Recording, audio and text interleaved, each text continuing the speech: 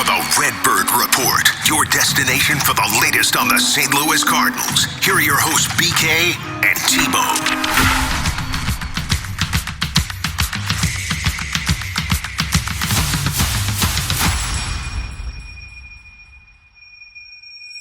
Been a couple of weeks. Cardinals have done a lot of losing since we last talked to you. Alongside Tanner Hendrickson, I'm Brandon Kiley. You've got the Redbird Report. Swept by Seattle, 2 out of 3 losses against Milwaukee, lose 2 out of 3 against Cincinnati. Cardinals now are doing what we hoped that they would do. They are rising their stock when it comes to their overall draft status. As of today, they have the 8th best odds to win the lottery in next year's 2026 Major League Baseball draft. Woo-hoo! There we go, Redbird. Winning something. Let's go, boys. Yeah. 2.3% chance to get the number 1 overall pick. And they're only a couple of games back of the Oakland Athletics. Don't call me the Oakland Athletics. We play in Sacramento now. Don't even call them Sacramento Athletics. Just the Athletics, actually. For the 5th overall selection or the 5th best odds at the number 1 overall pick. Listen, man, it hasn't been going well for the Cardinals lately. The pitching has been up and down. There's been a couple of implosions by the starters, including Andre Palante, a couple of rough goings for the underbelly of the bullpen. It is what it is. T-Bone, let's start a little big picture. We haven't talked to the people in 2 weeks now. What have you learned about the team? What's been your overall vibe on the team? How are you feeling about the Cardinals right now? Not great. Nothing's going well to the point to where it's hard to really watch them and look at like, boy, wow, at least we have this. I can't even really point to something and say, boy, I'm glad we at least have, Alec Burleson's looked really good all season long. I know what Alec Burleson is, right? I know he's like a number 5 hole hitter on a contending team. It's a good piece to have, but when you're missing the main part that you need in the sandwich, like the meat of the sandwich, and all we have is the bread, it's not that exciting. And Herrera's kind of the same thing. Herrera, it's been nice to see him kind of bounce back and have a little bit more slug in his game, which was a question mark as he kind of dissipated there for about a 3-week stretch. Outside of that, I got a whole lot of nothing that's positive to say, right? I mean, Mason Wynn went on the IL. They finally shut him down, which was smart. Jordan Walker hasn't hit even since he's been called out by Brant Brown. He's now in a rotation with Victor Scott and Nathan Church. Nolan Gorman, who we were excited about, I think on the last episode we recorded, he's striking out 50% of the time now. He's not hitting for any homers. You look at the rotation, Libby still, I want to give him a hug every time he goes out there because he's just got nothing left in the tank, you can tell. Palante's still a mess. At least McGreevy gives you innings. That's the one positive for the Cardinals. They've got nothing that is going right for the 2 main things that really matter, what your starting rotation does and what your offense does. Their bullpen's been really good. I will give credit to those guys. Let's be honest about what bullpens are, right? It's a fickle business. They could be one of the worst units in baseball next year. They could remain doing this. It is so hard to tell. They don't have anything that's been a positive for them to look at. Their runway season that gave them answers gave them a whole lot of, crap answers. Yeah, that's the thing. I think we have received some answers. I disagree with some of the analysis that's been out there in recent weeks of, oh man, the runway season was a failure. They didn't get the answers they were looking for. What do you mean? What answers were you looking for? Now, if you were looking for good answers, positive responses, yeah, that hasn't come, right? But sometimes you get answers on things that you weren't hoping to get. Sometimes you ask a woman to marry you and she says no.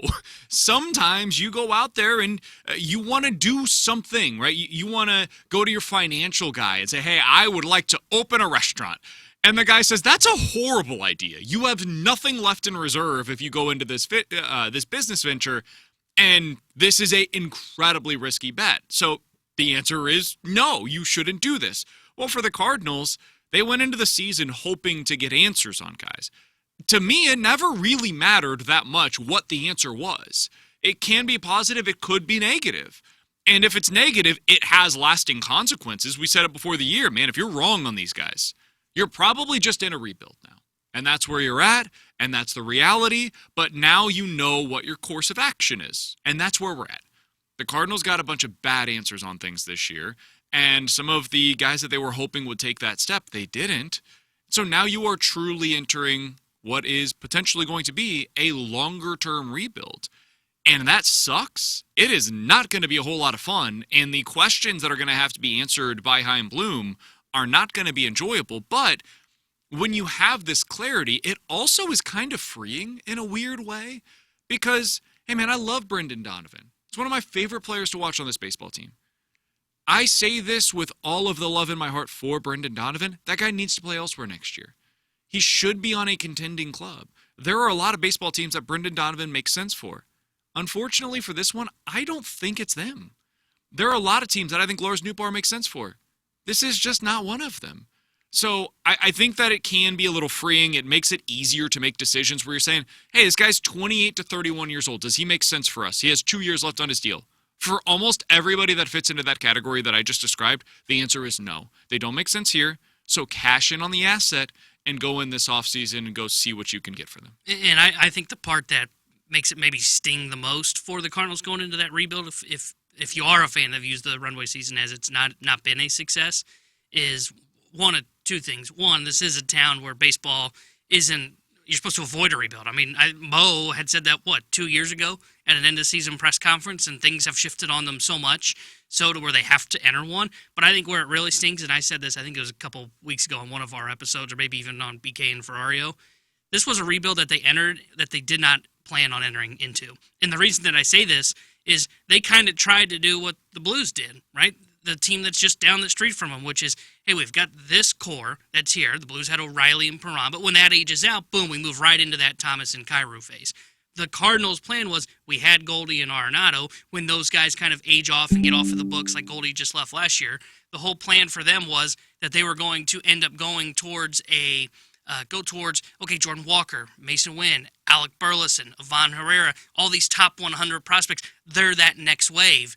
And you thought, okay, that's how you avoid kind of retooling on the fly. You're able to build up this next core, and you just got it wrong.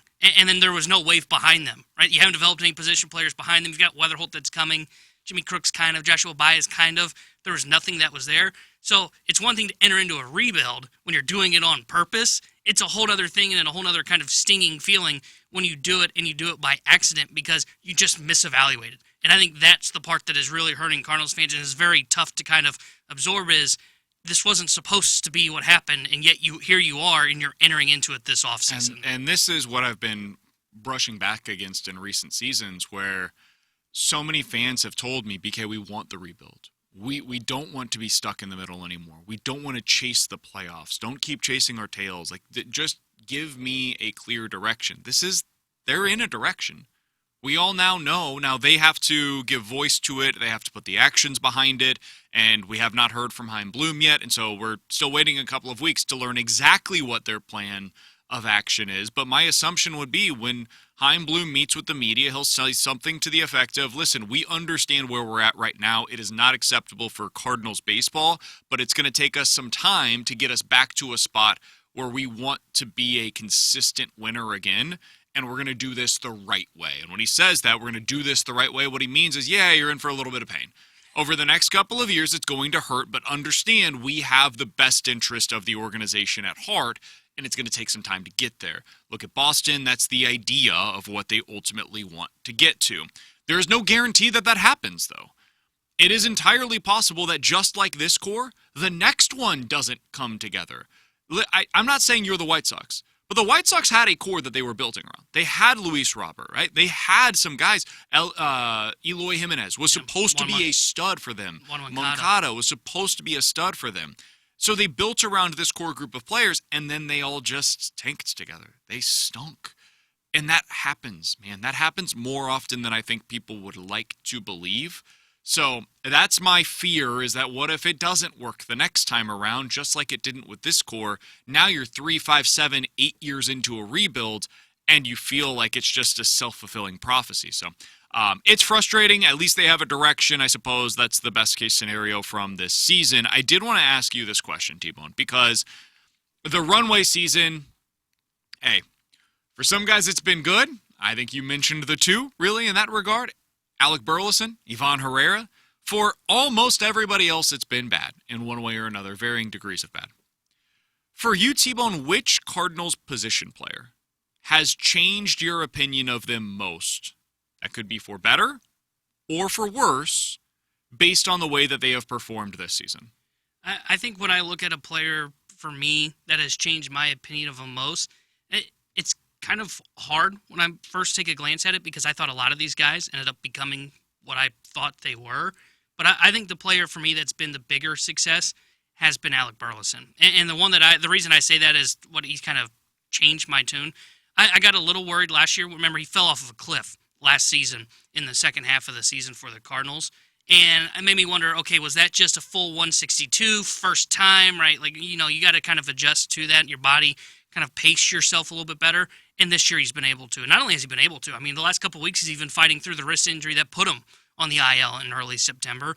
And he's still coming through for them. He has at least proven to me that he can be a guy that belongs in a contending lineup, not as a 3-hole hitter like he's doing for you right now or as a 2-hole hitter, but he can be a guy that people view like Lars Nootbaar, who you mentioned, who should have success when he goes somewhere else. Brendan Donovan, he's a piece that you can have and look at as a complementary piece. I wasn't sure if he was going to be able to fit into that after the way he ended last season, but he's the one for me that I look at. And I think his defense has been better this year out in the outfield. It's still not Gold Glove standard. He's probably never going to be that. You can play him in left field and feel pretty comfortable with him. So I would say it's Alec Burleson for me. So the answer is Nolan Gorman, Jordan Walker, like those guys. Yeah, it's been bad, specifically for Walker. Oof, yeah, not a good season. And if you still have hope for him, God bless you. I hope you end up being correct. But my answer to go a little different would be Lars Nootbaar. I was a believer in Lars Nootbaar. T-Bone, I'm sure he didn't fit your criteria because you're not surprised by this. You've been saying all along, I just don't see it. I hear all of this, the StatCast Darling stuff. It's all out there. I just don't see it when I watch him. I saw it. I was a true believer in what Lars Nootbaar was and what he could become. It required him staying healthy, and it required him making a couple of adjustments and potentially boosting that average a bit. Because once you get that average up, because of the way that he consistently walks, you maintain a really high OPS that way. And then you add in the value that he has base running-wise, defense-wise. That's just a really good player, a really good all-around player. Is it a superstar? No. But it's a guy that you can definitely build around. He could give you an OPS similar to what you're seeing this year out of Burleson, and he could give you the defense that you get out of a plus defender in left or right. It has not been that this year. It's been the opposite. The health issues are still there. The average has gone in the wrong direction. The on-base has been going down. And the slugging has not only gone down, it has evaporated. It's just not what I hoped that it would be for him. So instead of having a 25 to 30% above league average guy, somebody that gets around that 800 OPS, he's hovering around 700 right now. That's not an everyday regular. That's not somebody that you can have out there every day if you're a contending club, unless the rest of your lineup is outstanding. If you're the Dodgers, you can have this. If you're the Yankees and you've got Aaron Judge, you can have this. If you're the Phillies and you have 5 studs in your lineup, you can have this. If you're the Cardinals and he's 27 years old and he's coming up on the final couple of years of arbitration, there is no reason to continue to play the roulette machine with Lars Nootbaar's health. So I wanted to believe. I was a believer, and I still think he can help somebody. But the guy that I've changed my tune on the most this season would be Lars Nootbaar, because he went from somebody that I was interested in, hey, great year, you talk extension with him. I was there. Now I am at, that guy is the single most obvious trade candidate for the St. Louis Cardinals in the 2025 offseason. Yeah, and I can't help but wonder with Nootbaar, you mentioned his health. To me, he doesn't look healthy. And I don't want to speculate on that, but when he moves, he doesn't look like he moves as kind of crisp and clean as he used to. And he was never like a super fast guy. He looks kind of clunky, like almost something's bothering him, And I can't help but wonder if injuries, and they've talked about like, hey, why did they not play him in center a lot? They didn't think he could hold up. It makes me wonder if, the body is kind of the thing that's kind of letting him down. I think that's what let Dylan Carlson down when you look at what happened to him. The other guy for me that I would throw in there like towards that negative category on like what I've learned the least or been disappointed by what I've learned was Gorman. I mean, you mentioned him kind of along there with Walker and them. I thought for sure like you could end up living with Gorman's struggles, the ebbs and the flows of a month in a season. But even when he's been hot this year, he still hasn't been able to lift up his slugging percentage through the season. His slug 2 years ago, when we really bought in, when he was 16% above league average, 27 homers in 119 games, 478 was the slugging percentage. Yep. The last 2 years, 400 last year. I know we got sent down to the minor leagues. And this year, it's at 380. The Cardinals, I don't know if it's a thing that they worked with him on. I mean, the walk rate is better for him this year. and they've talked about, like, yeah, we still want him to do damage, but did they end up hurting him for worse by convincing him to try and seek out better pitches, take fewer pitches, try and cut down on swing and miss? I don't know, but he was a guy to where I would have been able to live with the 236 batting average if he's able to slug like he did 2 years ago. Well, now he's hitting 208. He's striking out all the time still, but he doesn't have the power. So now you just lost exactly what the organization has been missing, which is this pure power bat that can come in from the left side, and he just never has gotten back to living up to those expectations. There are some Tyler O'Neill vibes here for me, because there have also been some injury issues in the past with Nolan Gorman, and I mean, you go back to Tyler O'Neill's career, I remember having this exact same discussion. Guys, he's a slugger that doesn't slug. So what are we doing here? In the first 3 seasons, his slugging percentage, year 1 was really good in limited sample size, 500, and then 410, and then 360. Year 4 was his breakout. 2021, you had the 3 legit MVP candidates in your lineup. He was one of them, ended up with a 560 slugging percentage that year.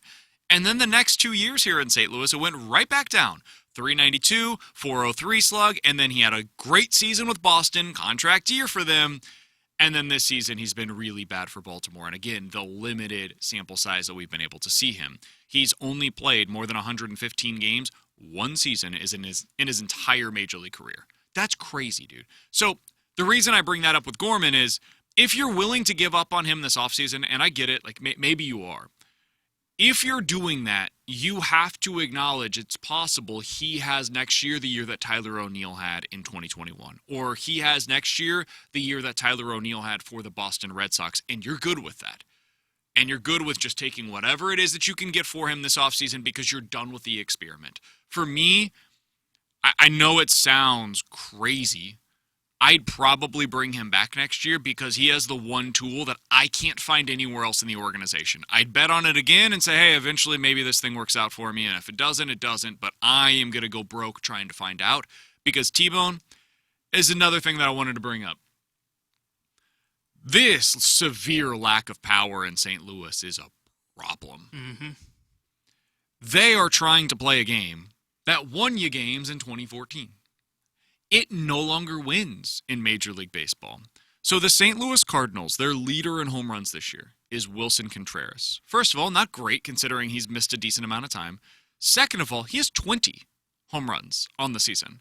So to put some context on that, there is no other team in Major League Baseball in 2025 that has a lower threshold for their leading home run hitter. No other team has a player that's leading their team with 20 or fewer home runs. In fact, the Cardinals are the only team in Major League Baseball that only claims 120 home run hitter on the season. It continues from there. The Cardinals are 28th in home runs. They are 27th in slugging percentage, and to hone in on that slug, their current slugging percentage of 380 as a team, there have only been 3 times in non-COVID seasons in the last 25 years in which a team with this low of a slugging percentage reached the playoffs. Forget having success when you get there. Just got to the playoffs. And there have been some years in which it doesn't take a whole lot to get to the playoffs in Major League Baseball, ladies and gentlemen. So, those teams were the 2022 Rays, the 2014 Cardinals, and the 2014 Royals. Slug, baby, slug, that mantra that T-Bone has talked about that baseball teams have adopted, that really started in 2016. Mm-hmm. So in the last decade, just one team. And prior to 2014, you were in the steroid era up until like 04, 05-ish. So you're talking about a decade there where even in that era, there were only 2 teams and it took place in the same year. The Cardinals and the Royals, the I-70 series. So I say all of that to say this. You can't win this way. You have to find power. You have got to be better in that department than what you have been this year. I think they've done a pretty good job of extracting about as much power out of these players as they can. I don't think this is a coaching problem. I think it's a player problem. Here's my issue, though, T-Bone. Where's it coming from? Because if it ain't on this roster right now, I don't see a whole lot coming through the minor league system. Sure, Weatherholtz can help, but he's been projected to be more of a 20 to 25 home run guy. I guess Ray Rodriguez, who's 19 years old? I mean, where is it coming from? Maybe Joshua Baez, who, again, is in Double-A? I just don't know how this team, without making serious investments either via trade acquisition or free agency, can get to where they need to go when it comes to the power production. Because what you have internally is simply not good enough. We were hopeful that it could be. It's not, and you've got to change that. Yeah, and I agree with what you said. I think they've extracted the most out of guys like Burleson, Herrera. Those guys, to me, are not going to be 30 home run hitters. I think they're going to settle in about 20 to 25. But how you kind of acquire that from within the organization, yeah, sure, there's maybe 2 guys you can bank on, but you almost have to target guys with that raw power tool. You know, when they make some of these trades this offseason, and we've talked about this, the big fear is that they're going to kind of use that to kind of supplement their rotation and not get the best return. You may need to be targeting guys that have that power tool. You know, you maybe need to go look for that next Tyler O'Neill to where, yeah, that tool is there, and maybe he's so raw that it does end up developing, but at least there's the shot. The upside is there for that 35 home run guy that you're looking for. But that's the only kind of avenue they have, is they've got to look to acquire it via the draft, via trades this offseason, because there's not a lot of guys that have it here in the organization. And until they fix this problem, their lack of slugging, they're going to be stuck with this kind of an offense where it's stuck around bottom 10 in Major League Baseball because it is just too hard to go station to station anymore. Look, 2014, pitching wasn't what it is today, right? Pitching was good. It's elite now across the board because everybody's just got filthy stuff. So I think when you look to acquire this, you've got to be looking for guys that just have that raw power tool. And those guys are the ones that I would say offensively fluctuate the most, to where they could end up hitting and boom, you land potentially your next star, or at least a 30-homer guy that fits into your lineup. Or that guy could flame out in your minor league system at the AA level. Yeah, you're playing the lottery, right? Instead of playing, I don't know, going to the casino and playing poker, playing blackjack, you know, like playing these games where your odds are still not great, but they're better, and some of it is like peer-to-peer type of stuff. You're playing the Mega Millions. You're playing the Powerball, and you're just hoping beyond hope that 1 in 100 million chance it suddenly hits for you. And if it does, like, man, you can really hit it big, just like if you are the one that wins the Powerball. Like, all right, we got $100 million. We're made in the shade, baby. But the odds of it actually hitting are much lower. So the payoff is great, but the odds are against you, which means you have to keep taking shots, man. You take shots on those players in trades. You take shots on those players in the Dominican Summer League, right? Like, you go to the international free agent signings, you sign some there. You do that in the draft. Everything is about, all right, if we have 50 of these kids that we add into our organization over the next 2 years that fit this profile, we believe that 3 of them will be good major leaguers. And we're fine with the fact that we get nothing from the other 40, and then maybe 3 others become like utility infielders. Where the Cardinals' previous organizational philosophy was, all right, we're adding 50 players, position players, to our organization over the next couple of years. We would really like for 15 of them to impact the major league level. And if that means that we lower our hit rate on studs, so be it. We want these guys to have high contact rates. We want these guys to be athletic, and they've got to have a position. If you can have those things, that's how you become a very easy to project major league player. So what instead has happened is the Cardinals are full of average major league players. They're lacking the slug. And on the pitching side of things, it's the same thing. Mm-hmm. They lacked the modernization where everybody else has gone towards strikeouts and power pitchers and all of these different things, and they say, to hell with the walks, whatever, we'll make up for that with the strikeout rates. And the Cardinals are like, no, pitch to contact. The ball on the ground. That's right. Pitch to contact, get deep into games. The game changed. The shift is gone. We have no more ability to control this a little bit more than previous. And they're stuck. And so now they've got a bunch of ground ball pitchers in their system, and they've got a bunch of average major leaguers in their system on the position player side of things, and they have no way through unless Heim absolutely crushes the offseason. And I mean crushes it, dude. Like, he's got to go out there, make some prove-it trades. Hey, we're trading Lars Nootbaar for a current major league starting pitcher that we think you sucked at with his development, and we see 3 different things that we can do with his arsenal, with his delivery, mechanics, and by doing that, we're going to unlock more velocity and we're going to unlock more spin. Boom, we've got a number 3 starter there. Great. And then go do that again. Do that with somebody from your system that you're trading, and you do a prove-it trade, and you trade a pitcher for a position player that by the end of next year we're talking about coming up in 2027. Like, that's the task. And he's got to hit on some of those things, and then you get one more offseason, and then hopefully, barring a lockout, you end up like getting to the place where you can contend again in 2027. So yeah, T-Bone, it's a lot. They're very far behind. Yeah, they are. And it goes to, again, how they ended up in the rebuild.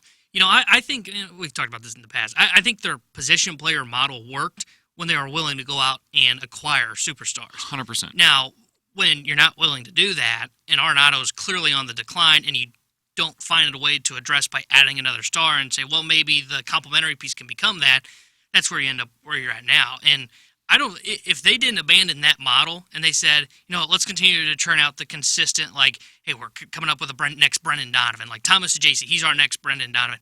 I think that would work, long as you can convince me what your plan is to go out and acquire that superstar, whether it's trade, whether it's spending money, you know, so on and so forth. The pitching one, they had no answers for, right? They fell behind. There was no excuse on it. Baseball was clearly moving to this strikeout model, and you end up with these pitch-to-contact guys, and you want to talk about, like, playing the lottery. Anytime a ball hits a bat, it's nothing but just, okay, how much luck do I have? You know, you can kind of control it by about soft 30% contact. of the time, depending on the batted ball, all these different things, but about 30% of the time, that's going to be a hit. And sure, you can control, like, how hard the ball is hit, but even then, like, we've seen it, right? You can saw a guy off, and he's on second base because he bloops the ball down the line, and it's a double. The reason that everybody chase strikeouts, you can take away that, right? You can make a ball that's swung on and missed. There's a 0% chance that ball's being put in play, and there's a potential base runner. So that is why they fell behind on that, and that they don't really have anything internally as well that you look at. There's a couple of pitchers that are exciting. Like Doyle is exciting that they acquired in the draft this year.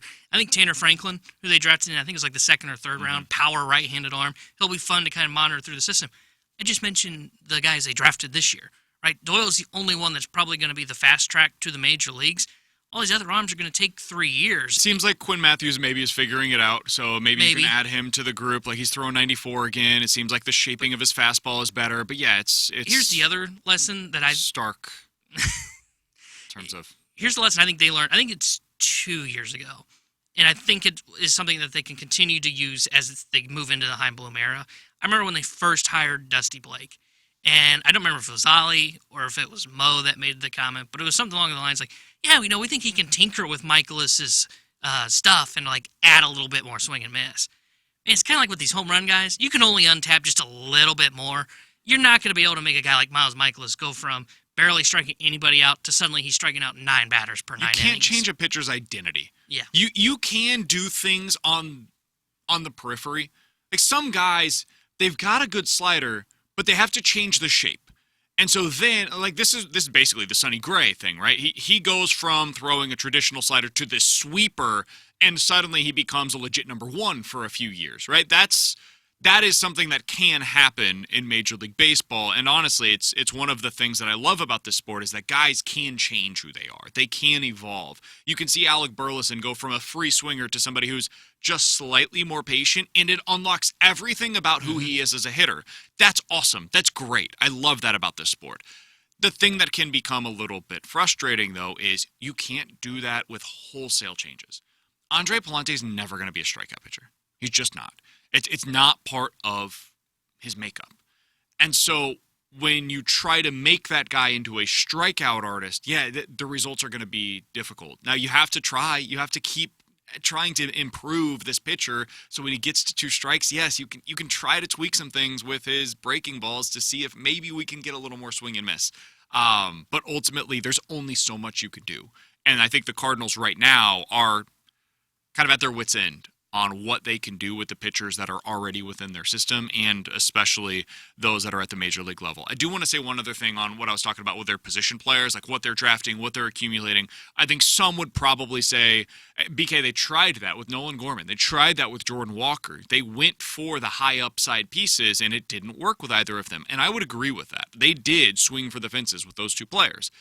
What I would say is do it again and again and again. Because when you only have 1 or 2 of them in your system and they fail, which is what likely happens with these kinds of players, well, now you have no more outs. Whereas if you had gone with this type of profile for 5 to 10 dudes in a draft, or 3 to 5 guys in a draft, and then you traded for a couple, and then you go out there in international free agency and add a few more there, you continue giving yourself outs.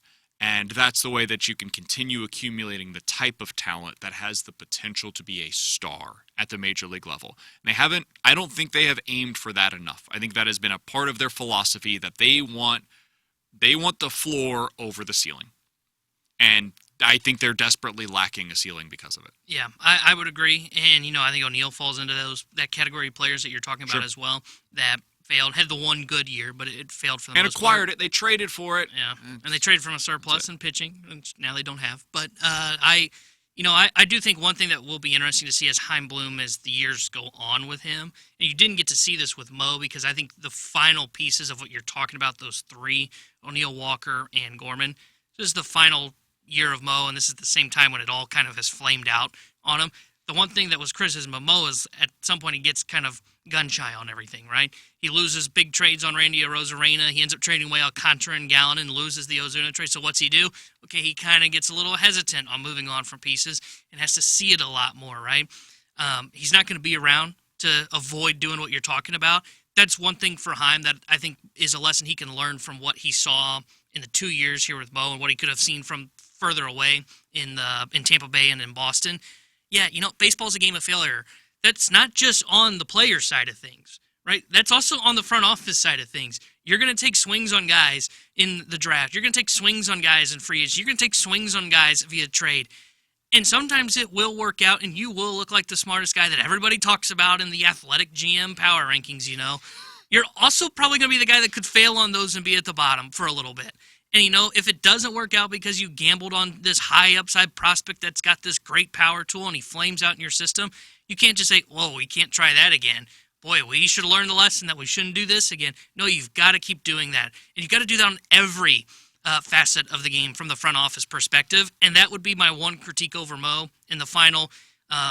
Early on in his tenure, he was very good at this. Very good as a GM/president of baseball operations. Deserves more credit than St. Louis gives him for that 2011 World Series run. But from 2016 on, as he starts to make more mistakes and things start to really backfire on him, he starts to get more hesitant on all of that. And that is the biggest thing for him. What he should have learned from that is, I cannot just shy away from certain areas because we failed at it this one time. All right, T-Bone. Next time that we talk, we will be previewing the final series of the regular season. God have mercy on all of our souls for having made it through almost the entirety of the 2025 Cardinals season. Now, they're only 5 games below 500. We talk about them as if they're like a 50-game winner. They feel like it. It does. It's not that bad, but man, it's been an uplifting show, wouldn't you say? I don't feel good. Yeah, it's not a great place to be. I do think this is going to be a fascinating offseason. I have so many questions about what their direction is going to be, who they're going to build around, what the plan is, how long they want this rebuild to take, and I'm sure they'll answer every one of those with a very clear and thoughtful answer whenever we get to talk to Chaim Bloom for the first time. But man, the end of September, early October, whenever it is that they do their season wrap press conference, it's going to be one of the more anticipated events for the Cardinals in a really long time, just because it's the first time we'll see a clear direction in a while. So I'm looking forward to that. Can I ask you a quick question then on Chaim that you say that? Because I agree. I think it's going to be a fascinating offseason. I also think it's hard for anybody to leave the offseason being happy with Chaim. And the reason I say that is because most of what I think he's going to acquire, maybe he'll acquire some like back-end arms, but if he acquires like average major league starters, you're going to look at that and go, okay, did we really acquire that for Newbar? Did we really acquire that for Don? And if it does other pieces, it's in the minor leaves. Yeah, I think there's a way for it too, but it won't be like exciting about for 2026. Yeah. It will be, I see the direction. They're doing the things that I have asked for them to do for years. They're getting rid of our surplus. We are finally filtering through the options and saying, this is what we're picking. Even if you disagree with the choice, I at least see, I've always said, show me the plan. If there's a clear plan, whether I agree with it or not, that's not all that important. I'll say that I disagree with it, but at least I can understand that you have an obvious plan in front of me. And for a while now, it hasn't necessarily felt that way. That's how I felt going in. Remember the year they signed Lance Lynn and Kyle Gibson? I saw the plan. I disagreed with it, Yeah. but I can at least understand, okay, they're trying to make it through the season. They want stability in their rotation. So I get it, even if I disagree with it, but it took a lot of failure to get to that point. I would say this offseason, that's my biggest thing. Show me the plan. Just sell me on what you're going to construct. And if it sounds like something that makes sense, and then you follow that up with the actions, I think I can be happy with it, even if it doesn't necessarily make me happy watching them in 2026. All right, for Tanner Hendrickson, I'm Brandon Kiley. We're going to spend an entire offseason talking about all of these different things, even though we've basically spent an entire season talking about them already. If you guys have not done so already, please be sure to rate and review the podcast. That helps us out a ton. If you haven't done so previously, you can check us out on YouTube as well at youtube.com/101ESPN STL. That is what we've got for you today. We'll talk to you guys again next week on the Redbird Report. Find every episode of the Redbird Report with Brandon Kiley and Tanner Hendrickson on YouTube or at 101ESPN.com.